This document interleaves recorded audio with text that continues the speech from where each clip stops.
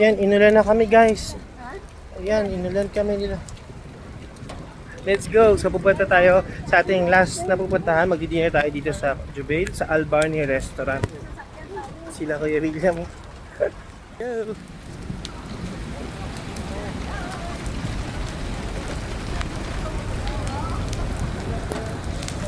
Ay! Umuulan sa Saudi. Guys, it's raining in the Kingdom of Saudi Arabia. May hailstorm. Aray, hindi dinig niya. Ayun, sa sahig. Aray. Aray. Ayun. Grabe. Lakas. Shucks! Ang dami. Ay, yung mga pito nyo, nakabukas. Ako sarado sa amin. Hailstorm guys. Nakabukas. Grabe ang lakas. Arnold, wag ka dito. Wala tayong silong dito. Wala tayo na may puno. Dito may puno. Dito tayo sa may puno. Para hindi tayo masilo.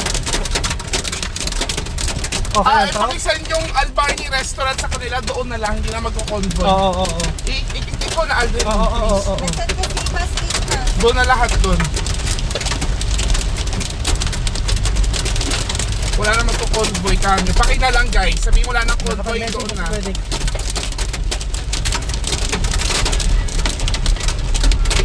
Turn right on Highway 1.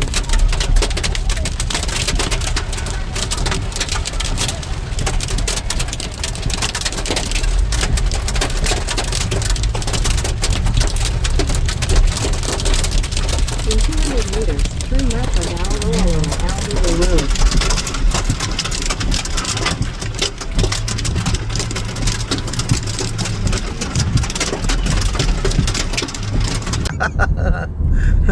Pagbisita ay nauwi sa isang Hailstorm.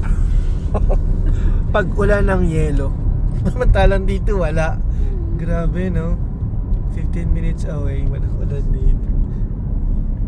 Tuyo.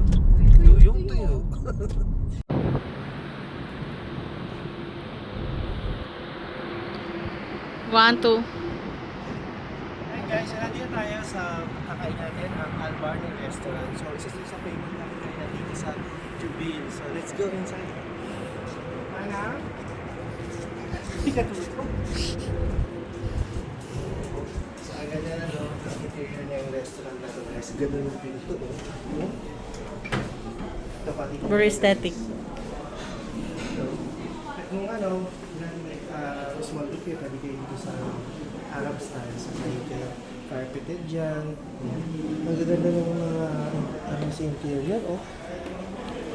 Malumang ba? Makikita yung washroom.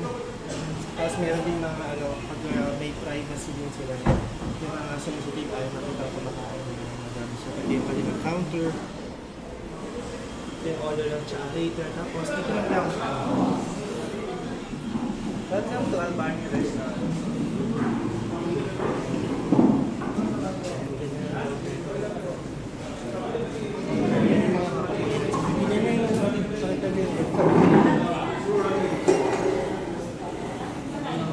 Diba? Ang ganda nito. No? Wala na yung ibon na, no?